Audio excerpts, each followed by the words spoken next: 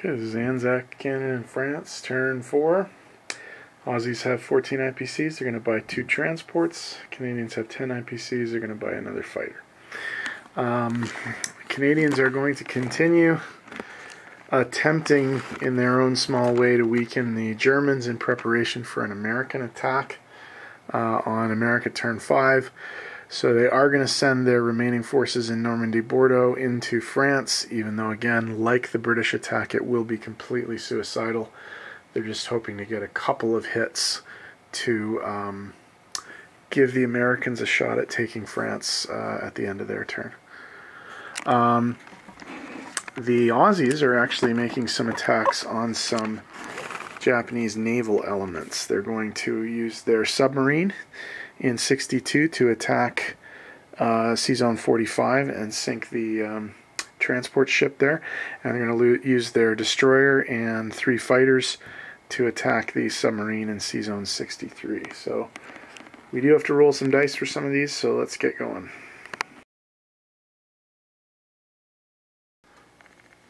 Okay, it's the attack on Sea Zone 65. The Australian submarine, the HMAS Auxilie, is attacking the Japanese transport, the Eritama Maru. This is an auto kill. There's no dice necessary here because the transports are not paired. So, Aussies clear the sea zone.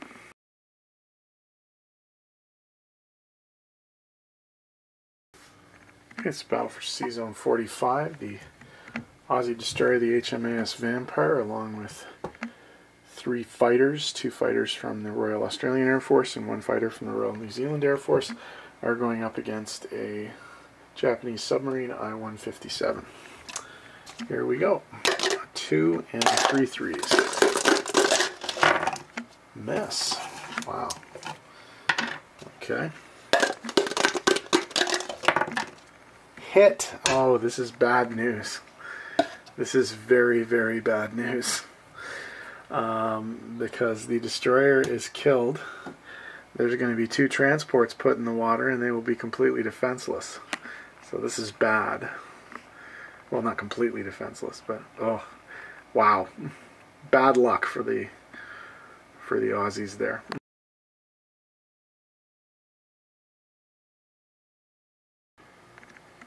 Okay, battle for France. Obviously this is suicide, but we want to try and get rid of some of these German pieces in preparation for the American attack next turn.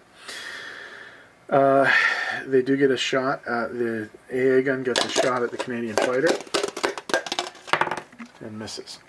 So, alright, we're hoping to get maybe 2 hits here, would be nice.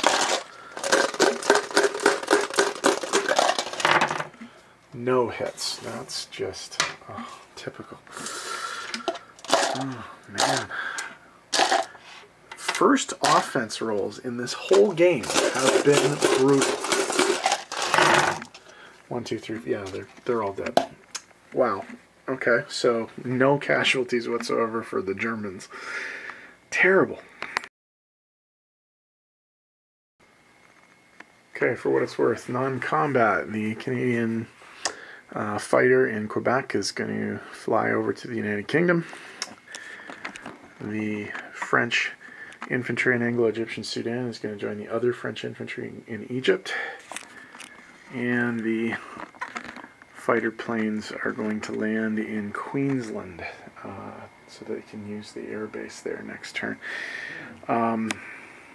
This attack here was extraordinarily consequential, as we'll see on Japan's next turn, because I think the 2 boats that are going to get placed here are going to get destroyed, and they will not be able to retake some of the islands that they needed to take, so that is going to be very consequential. Well, we'll see what happens. We'll see what happens.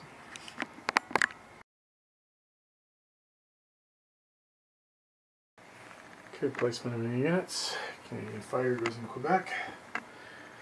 And then over here in Australia, these 2 transports that we had grand plans for turn 5 get placed in Sea Zone 62, where they will be probably inevitably killed by the submarine that we somehow failed to kill with 4 shots at. Okay, income, nothing's changed. Aussies get 10, no bonuses. Canadians get 7, 3 IPC bonus because they still have an infantry in Casablanca. Okay, we do have to change, however, the Aussie income because they are being convoyed in New Zealand. They get minimum 1, and that's all they're going to get. They're going to lose 1. So instead of getting 10 IPCs, the Canadians will get 10. So 7 and 3. The Aussies will get 9. So that's the Aussie money. That's the Canadian money, and I'll put the extra $1 in the bank. Okay, let's do disposition of forces. In Quebec, Canadian fighter. In UK, Canadian fighter. In C-Zone 91, Canadian transport. In Casablanca, Canadian infantry. That's all the Canadians on the board. French.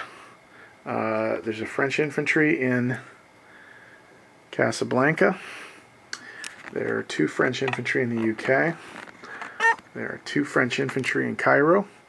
There's a French destroyer in C-Zone 81, which actually, let's actually move that, okay? We're going to move that destroyer. I'm just thinking ahead to England's turn. We're going to move that destroyer to C-Zone 99. Okay. Okay, sorry. So that's where that is now. The destroyer's in C-Zone 99. Aussies. Let's zoom out so we can see them all. They have 1 infantry in the Solomons. They have 1 infantry in New Zealand. They have 2 transports in C-Zone 62. They have 2 fighters in Queensland. And they have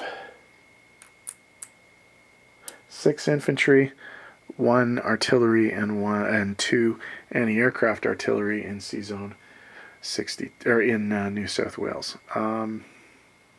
That's it. So we're going to move on to turn 5, the final turn of the game, and Russia gets to go first. Okay, just before the beginning of turn 5, or turn 8, depending on what system you're looking at, we'll have a look at the Axis victory conditions. They currently hold 9 victory cities, so the 5 that they started with, plus Manila, Hong Kong, Paris, and Leningrad. And they also have 4 victory conditions, so that's 13 points. So they are currently winning the game. They have the Empire victory condition, they have World Oil 1, they have the Mediterranean Islands, and they currently have South Asia. Now, what the Allies have to do in the next turn is, first of all, prevent the Germans from getting Moscow. Because if they do, it's pretty much over at that point.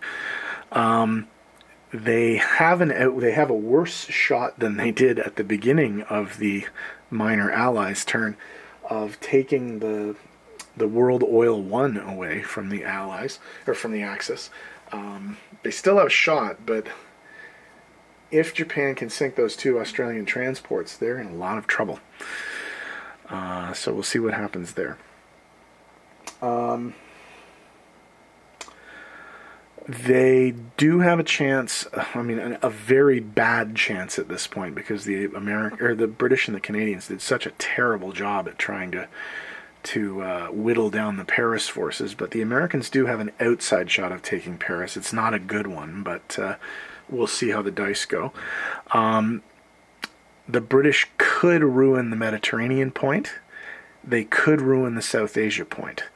They have to make sure that the Axis don't get the resources point. They can't get the China or the Horn of Africa points. They probably can't get the New Rome point. And they definitely can't get the Pacific Island point at this time because they don't have enough transports. So if the Allies can knock some of these away, they do have a chance at winning the game, although right now it's looking pretty good for the Axis. So we'll see what happens in turn 5. I mean, it still is a game, so we'll have to see what happens in these last few rounds.